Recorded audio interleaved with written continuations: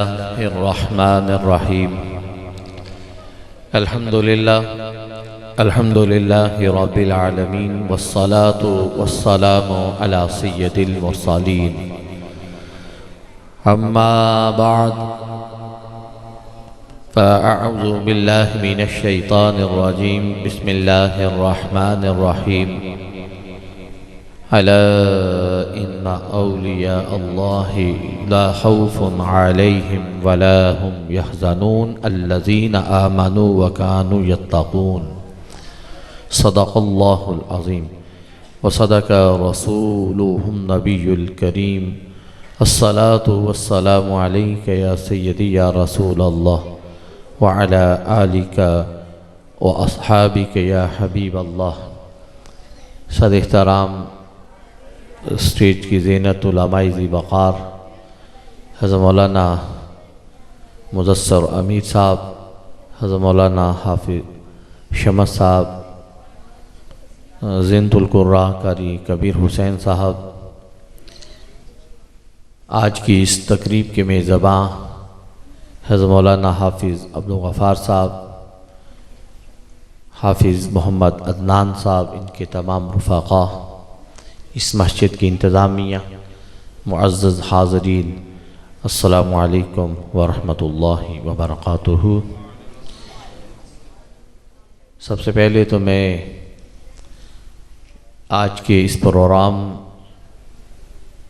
کے جتنے بھی میزبان ہیں، حضرت مولانا حافظ عبدالغفار صاحب، حافظ محمد عدنان صاحب اور اس مسجد کی انتظامیہ کو یہ سنی کانفرنس کے انعقاد پر دل کی گہرائیوں سے مبارکباد پیش کرتا ہوں.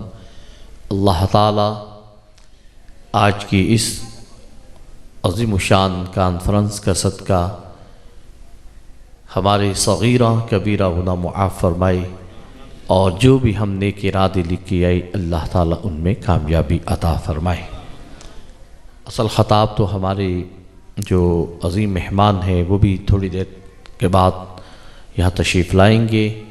میری مراد حضرت مولانا مفتی سمر عباس عطاری مد ظلہ العالی، انہی کا خطاب ہوگا. تو میں چند گزارشات عرض کر کے آپ سے اجازت چاہوں گا. میں نے بجوات میں ایک پروگرام میں شریک ہونا ہے. اللہ تعالیٰ میری اور آپ سب کی حاضری یہاں قبول و منظور فرمائے. قاری صاحب نے جو تلاوت کی، میں نے بھی ان کی تلاوت کی ہوئی آیات کریمہ میں سے ایک آیت کریمہ جو ہے وہ پڑھی ہے، جس کا ترجمہ اکثر آپ احباب جانتے ہیں. اللہ فرماتا ہے، خبردار بے شک جو اللہ کے دوست ہیں انہیں نہ کوئی خوف ہے نہ وہ غمگین ہوں گے.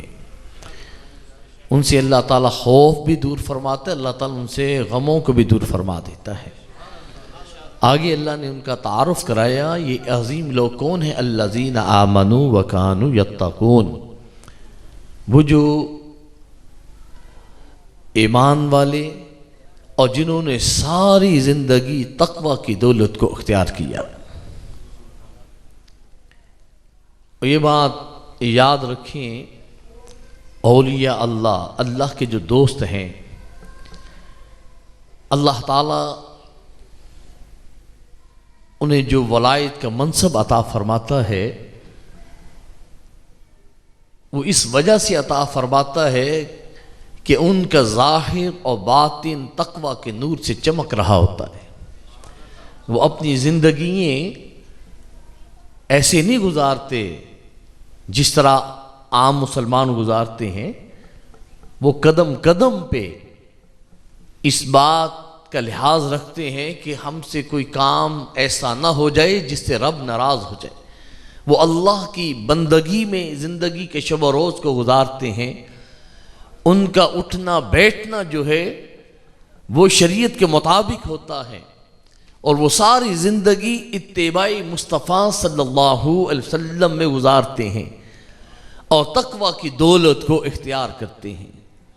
یہ جو آیت کریمہ کا پہلا حصہ ہے نا، الا ان اولیاء اللہ لا خوف علیہم ولا هم یحزنون، اللہ نے تعارف بعد میں کرا، یہ کون ہے کہ جن سے اللہ نے خوف کو بھی اور غموں کو بھی دور فرما دیا؟ الذین آمنوا وکانوا یتقون، وہ جو ایمان لائے اور جنہوں نے عمر بھر تقوی کی دولت کو اختیار کیا۔ ولایت کا تعلق رنگ برنگے لباس کے ساتھ نہیں ہے، ولایت کا تعلق ہاتھ میں 2-4 انگوٹھیاں پہننے کا نام بھی نہیں ہے، اور جبے اور دستار کا نام بھی ولایت نہیں ہے۔ جس کا ظاہر اور باطن تقوی کے نور سے چمک رہا ہوتا ہے، اللہ تعالیٰ اسے ولایت کا نور عطا فرماتا ہے۔ یہ آپ کو مزاروں کے آگے کہیں ایسے ملنگ نظر آئیں گے نا، نعرہ تو لگاتی ہیں کہ میں مولا علی کا ملنگ ہوں، لیکن مولا علی کے راستے پہ چلتے نہیں، نماز کی فکر نہیں، حلال حرام کی تمیز نہیں، نعرہ یہی لگاتی ہیں کہ مولا علی کے ملنگ ہیں۔ نماز کا وقت ہے، نماز پڑھنے نہیں جاتے۔ مولا علی نے کبھی نماز چھوڑی نہیں، یہ پڑھتا نہیں، یہ کیسا مولا علی کا ملنگ ہے؟ مولا علی کے ملنگ حضرت غوث اعظم ہیں، مولا علی کے ملنگ حضور داتا علی حجویری ہیں، مولا علی کے ملنگ حضور خواجہ اجمیری ہیں، مولا علی کے ملنگ حضرت شیخ مجدد الفسانی ہیں، مولا علی کے ملنگ حضرت امام علی الحق ہیں جو فاتح سیالکوٹ ہیں، مولا علی کے ملنگ امام اہل سنت مولانا اشیاء احمد رضا خان فاضل بریلوی ہیں۔ آپ ان بزرگوں کی سیرت کو پڑھیے تو آپ اس نتیجے پہ پہنچیں گے کہ ان کا ظاہر اور باطن جو ہے اتباع مصطفیٰ صلی اللہ علیہ وسلم میں گزرتا تھا۔ ان کا ظاہر اور باطن جو ہے وہ تقوی کے نور سے مالا مال تھا۔ یہ اپنی زندگیاں جو ہیں اللہ کی بندگی میں گزارنے والے۔ صوفیہ کی اصطلاح میں ولی کس کو کہتے ہیں؟ کہ جس کے دن اور رات اللہ کے ذکر میں گزریں۔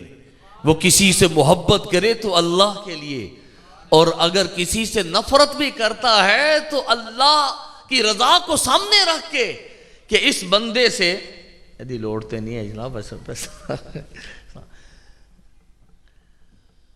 تو یہ وہ عظیم صوفیہ انہوں نے بتایا اور ہماری اصلاح فرمائی تاکہ ہم اسی کو صوفی ماننے اور اسی کو ولی ماننے جس کے شب و روز اللہ کے ذکر میں بسر ہو، جس کے ایام جو ہیں اللہ کی ضربیں لگاتے ہوئے گزریں۔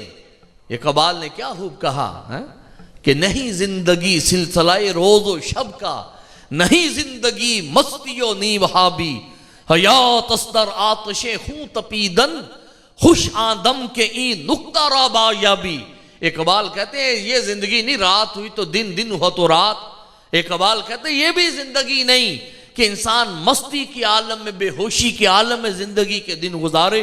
اقبال کہتے ہیں زندگی یہ ہے کہ تیرا خون ہر وقت حرارت میں رہے اور تو اس وقت خوش ہو جب تو اپنے مقصد میں کامیاب ہو جائے۔ اولیاء کاملین با مقصد زندگی گزارتے ہیں کہ زندگی اللہ نے اس لیے عطا کی کہ یہ زندگی نیک اعمال کے ساتھ گزاری جائے۔ وہ اولیاء کاملین مستی کے عالم میں، بے ہوشی کے عالم میں زندگی کے دن نہیں گزارتے، ان کا خون ہر وقت حرارت میں رہتا ہے۔ اس لیے رہتا ہے کہ ہم اپنے رب کو راضی کریں، اللہ کی ضربیں لگاتے ہوئے ان کے دن گزرتے ہیں۔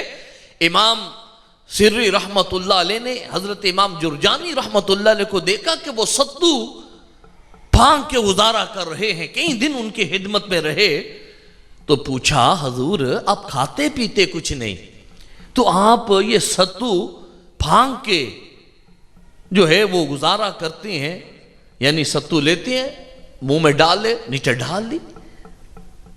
تو بتایا میں یہ عمل اس لیے کرتا ہوں کہ میں نے روٹی چبانے کی لقمے کا جب حساب لگایا تو آدمی 70 بار اتنے وقت میں اللہ اللہ کہہ سکتا ہے، سبحان اللہ کہہ سکتا ہے۔ تو میں نے روٹی کھانا چھوڑ دی کہ وہ وقت بھی گزرے تو اللہ کی ضربیں لگاتے ہوئے گزرے ہیں۔ یہ ہیں نیک لوگ۔ وہ جو صوفیہ نے کہا نا کہ صوفیہ کی اصطلاح میں ولی اسے کہتے ہیں کہ جس کے شب و روز اللہ کے ذکر میں گزرے، وہ اللہ کے ذکر میں مشغول رہتے ہیں، یہ وہ عظیم لوگ ہیں، اولیاء کاملین۔ اور اولیاء کاملین کے سرتاج، اولیاء کاملین کے امام حضرت غوث اعظم رضی اللہ تعالی عنہ ہیں۔ یہ اس مہینے آپ کا عرس یہ 11ویں شریف کے حوالے سے پورے ملک میں منایا گیا ہے۔ یہ بڑی 11ویں شریف کا پروگرام یقیناً یہاں بھی آپ نے بھی ترتیب دیا ہوگا۔ ہر جگہ آپ کے ایصال ثواب کے لیے مجالس سجائی گئی۔ آپ کا عرس جو ہے لوگوں نے منعقد کیا اور برکات کو حاصل کیا۔ حضرت غوث اعظم رضی اللہ تعالی عنہ کی زندگی ہمارے لیے مشعل راہ ہے۔ آپ کیسے کامل بزرگ تھے کہ آپ نے 40 برس عشاء کے وضو کے ساتھ فجر کی نماز ادا کی، اور 15 برس آپ کا یہ معمول تھا کہ آپ رات کو قرآن شروع کرتے ہیں اور فجر تک پورے قرآن کو ختم کر دیتے ہیں۔ آپ فرماتے ایک پاؤں پہ کھڑا ہو جاتا، دیوار کی میخ کو پکڑ لیتا، قرآن شروع کرتا اور فجر تک پورے قرآن کو ختم کر دیتا۔ آپ سے کسی نے پوچھا کہ وظیفہ بتاؤ، آپ نے فرمایا قرآن کی تلاوت کیا کر۔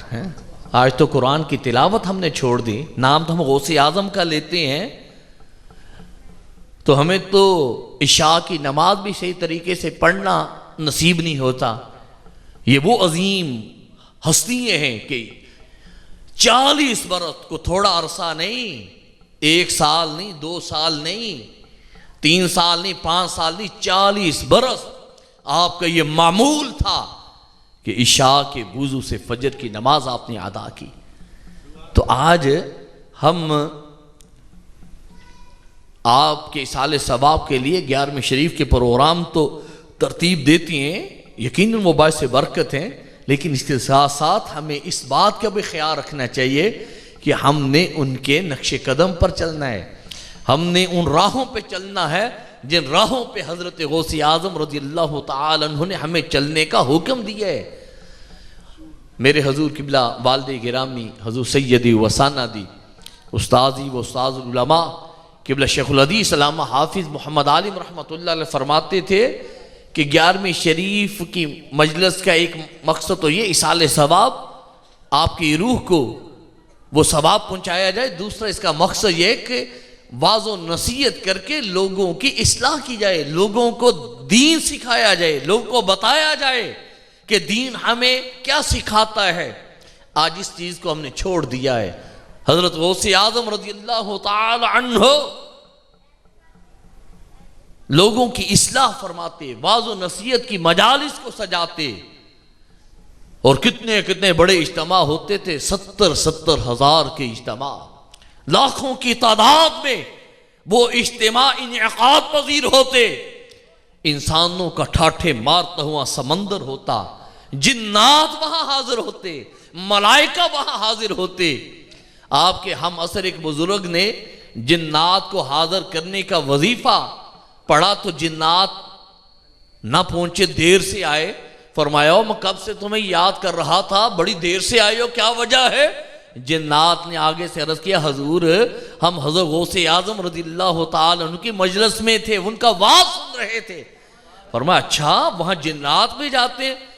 جنات نے آگے سے عرض کیا حضور انسانوں سے زیادہ وہاں جنات ہوتے ہیں، اور بہت سے جنات آپ کے ہاتھ پر بیعت کر چکے ہیں، توبہ کر چکے ہیں، اور غیر مسلم بھی جنات جو تھے انہوں نے اسلام کو قبول کیا ہے۔ جنات جو ہیں نا یہ مسلمان بھی ہوتے ہیں، غیر مسلم بھی ہوتے ہیں، سنی بھی ہوتے ہیں، وابی بھی ہوتے ہیں، تو جنات میں نیک شریف بھی ہوتے ہیں، شرارتی بھی ہوتے ہیں۔ تو حضرت غوث اعظم رضی اللہ تعالی عنہ کی مجلس میں جنات بھی جو ہے حاضر ہوتے تھے اور ان کی بھی اصلاح ہوتی تھی، وہ بھی توبہ استغفار کرتے، وہ بھی جو ہے شریف جن بنتے. اور کہا حضور جب ہم حضرت غوث اعظم رضی اللہ تعالیٰ عنہ کی مجلس میں ہو تو اس وقت نہ ہمیں یاد کیا کرو، بعد میں یاد کیا کرو تو ہم حاضر ہو جائیں گے. یہ حضرت غوث اعظم رضی اللہ تعالیٰ عنہ کی مجلس کی یہ شان ہے. اے جناب منبر پہ جلوہ فروز ہوئے، فرمایا اے صاحبزادے جب میں منبر پہ بیٹھ جاؤں آنے میں تاخیر نہ کیا کرو، جلدی آیا کرو. ولایت یہاں ملتی ہے، عظمتیں یہاں ملتی ہیں. یہ غوث اعظم رضی اللہ تعالیٰ مجلس کی یہ برکات تھی. اور فرمایا اے توبہ چاہنے والے، توبہ کرنے والے، بسم اللہ ہماری مجلس میں آ. اے معافی چاہنے والے بسم اللہ ہماری مجلس میں آ. اے اخلاص والے بسم اللہ تم بھی ہماری مجلس میں آ. ہر ہفتے آ، اگر ہر ہفتے نہیں آ سکتا ہر مہینے میں ایک بار آ. مہینے میں نہیں آ سکتا سال میں ایک بار آ. اگر سال میں بھی ایک بار نہیں آ سکتے زندگی میں ایک بار آ جا ہے اور ہزاروں برکات یہاں سے لے کے جا ہے. تو حضرت غوث اعظم رضی اللہ تعالی عنہ کی مجلس سے جو ہے برکتیں رحمتیں ملتی تھی. اور آج بھی ان کے ذکر کی یہ برکت ہے کہ جہاں ان کا ذکر ہوتا ہے وہاں اللہ کی رحمتیں چھم چھم برستی ہیں. اور آپ نے خود یہ وظیفہ بتایا ہے، کوئی 2 رکعت نفل ادا کرے، ہر رکعت میں سورہ فاتحہ شریف کے بعد 11 مرتبہ سورہ اخلاص پڑھے، اور جب یہ دونوں رکعتیں مکمل ہوں سلام کے بعد درود و سلام کا نذرانہ پیش کرے، حضور صلی اللہ علیہ وسلم پر خوب درود بھیجے، اور پھر میرا نام لے کے اللہ کی بارگاہ میں عرض کرے اللہ کے فضل و کرم سے جو حاجت ہے اللہ پوری فرما دے گا. تو اللہ تعالیٰ حضرت غوث اعظم رضی اللہ تعالی عنہ کے صدقے اللہ ہماری زندگیوں میں بہتری پیدا فرمائے ہیں. آج ہم تبصرے تو کرتے ہیں جناب لنگر میں جناب حلوہ کوئی جناب اتنا ٹھیک نہیں تھا، چاول کو جناب ٹھیک نہیں پکے تھے. میرے حضور فرماتے تھے وہ چاول کچے پکے رہ جائیں یار اس پہ تبصرہ نہ کر، یہ کہا کر کہ میں اس مجلس میں آیا تھا میرے اندر تبدیلی کیا آئی ہے، میرے اندر تبدیلی آنی چاہیے. اس لیے آپ جتنے احباب یہاں موجود ہیں کوشش کریں کہ نمازوں کی پابندی ہو اور گھروں میں قرآن کی تلاوت کریں. آج لوگ پوچھتے ہیں نا وظائف ہیں، قرآن بہت بڑا وظیفہ ہے. قرآن کی تلاوت، قرآن وہ نور ہے، اس کی تلاوت میں سکون قلب ہے، اور جو قرآن میں جو اللہ نے فرمایا اس پیغام کی طرف جو توجہ دیتا ہے نا پھر وہ جس طرف نکل جاتا ہے. قرآن کے الفاظ پر عمل کرنے سے اللہ تعالیٰ منزل مقصود تک پہنچاتا ہے، اور وہی لوگ منزل مقصود تک پہنچتے ہیں جو قرآن کے نور میں رہ کر اپنے سفروں کا آغاز کرتے ہیں. تو حضرت غوث اعظم رضی اللہ تعالی عنہ کا غلام تو ہم اپنے آپ کو کہتے ہیں. غوث اعظم رضی اللہ تعالی عنہ قرآن سے کتنا پیار کرتے تھے کہ ایک ٹانگ پہ کھڑا آپ کھڑے ہو جاتے، قرآن شروع کرتے. 15 سال آپ فرماتے یہ میری کفیت رہی اور فجر تک میں قرآن کو ختم کر دیتا. تو آپ چلو پورا قرآن ایک رات میں تو شاید نہ آپ کر سکیں، چلو ایک رکوع ہی پڑھ لیں. ایک رکوع نہیں پڑھ سکتے آدھا ہی رکوع پڑھ لیں. اگر آپ آدھا رکوع بھی نہیں پڑھ سکتے روزانہ یہ معمول بنا لیں کہ ہم نے ایک آیت ضرور پڑھنی ہے. اسی طرح میرے آقا کریم صلی اللہ علیہ وسلم کے ارشادات، آپ کی حدیث جو ہے اس کی طرف بھی جو ہے وہ توجہ دیں. حضور صلی اللہ علیہ وسلم ارشاد فرماتے میں تم میں 2 چیزیں چھوڑے جا رہا ہوں، جب تک تم انہیں تھامے رہو گے تم کبھی بھی گمراہ نہیں ہوگے. ایک قرآن اور دوسری میری سنت. آج ہم نے قرآن کی تلاوت کو بھی چھوڑ دیا اور سنتوں کو بھی چھوڑ دیا ہے. اس لیے میرے آقا کریم صلی اللہ علیہ وسلم کی سنتوں کو بھی زندہ کرو. ایسی سنت جس پہ لوگوں نے عمل کرنا چھوڑ دیا ہو اور اس سنت پہ کوئی عمل کرے اللہ تعالیٰ 100 شہیدوں کا ثواب عطا فرمائے گا ہے۔ اس لیے اللہ تعالیٰ ہمیں قرآن سے بھی اپنے رشتے کو مضبوط کرنے کی توفیق عطا فرمائے، اور حضور صلی اللہ علیہ وسلم کے ساتھ بھی ہمارا رشتہ مضبوط ہو۔ اور اقبال نے کیا خوب کہا کہ محمد سے وفا تو نے تو ہم تیرے ہیں، یہ جہاں چیز ہے کیا لوح قلم تیرے ہیں۔ اور پھر یہ اگر آپ کہیں یہ جو حضور صلی اللہ علیہ وسلم سے وفا کرے، یہ اسے پھر کیسے عزتیں ملتی ہیں؟ استاذ العلماء امام المجاہدین شیخ الحدیث حافظ خادم حسین رضوی صاحب کے جنازے نے بتا دیا ہے، بتا دیا کہ جو حضور صلی اللہ علیہ وسلم سے وفا کرتا ہے، جو ان کی عزت پر پہرا دیتا ہے، پھر اللہ تعالیٰ انہیں دنیا میں عزتیں عطا فرما۔ آخرت میں تو عزتیں ملنی ہی ملنی ہے نا، پھر اللہ دنیا میں بھی انہیں عزتیں عطا فرماتا ہے۔ میں اس جنازے میں شریک تھا، آپ جس طرح بھی نگاہ اٹھائیں انسانوں کا ٹھاٹھے مارتا وہ سمندر آپ کو نظر آ رہا تھا۔ یہ کس کی برکت ہے؟ یہ حضور صلی اللہ علیہ وسلم کے ساتھ وفا کرنے کی یہ برکت ہے۔ حضور نبی کریم صلی اللہ علیہ وسلم کی ناموس پر جو انہوں نے پہرا دیا، یہ اس کی برکت ہے۔ اور ہمارے لیے بھی انہوں نے یہ پیغام چھوڑا ہے کہ تم بھی اگر دنیا اور آخرت میں جو ہے مقام چاہتے ہو تو آؤ کریم آقا سے جو ہے وفا کرو، اپنے کریم آقا کی عزت پر پہرا دو، تو اللہ تعالیٰ حضور نبی کریم صلی اللہ علیہ وسلم کی ناموس پر ہمیں پہرا دینے کی توفیق عطا فرمائے، اور حضور صلی اللہ علیہ وسلم سے وفا کرنے کا ہم عہد کرتے ہیں۔ یا رسول اللہ صلی اللہ علیہ وسلم، جب تک ہمارے سینوں میں جان ہے، یا رسول اللہ صلی اللہ علیہ وسلم آپ سے ہم وفا کریں گے، ہم آپ سے وفا کریں گے۔ یہ رضوی صاحب کے نعرے ماشاءاللہ جب وہ لگاتے تھے تو ماشاءاللہ محفل میں وجد طاری ہو جاتا تھا، ان کی روح خوش ہوگی۔ آپ بھی لیں لبیک لبیک لبیک یا رسول اللہ، لبیک لبیک لبیک یا رسول اللہ، لبیک لبیک لبیک یا رسول اللہ۔ تاجدار ختم نبوت، تاجدار ختم نبوت، تاجدار ختم نبوت، تاجدار ختم نبوت۔ اللہ تعالیٰ آپ کو سلامت رکھے، اللہ تعالیٰ اس محفل کے صدقہ ہماری زندگیوں میں اللہ بہتری پیدا فرمائے، اللہ ہماری دنیا بھی بہتر فرمائے، اور اللہ تعالیٰ ہماری آخرت بھی بہتر فرمائے۔ تو میں حافظ مولانا عبدالغفار صاحب کو، حافظ محمد عدنان صاحب کو، اور اس مسجد کے انتظامیوں کو، ان کے جتنے بھی رفقا ہیں، مبارکباد پیش کرتا ہوں۔ اللہ تعالیٰ آپ کی بھی نیک تمنائیں پوری فرمائے۔ میں حضرت کا خطاب بھی سنتا اور یہاں مزید ٹھہرتا، لیکن بجوات میں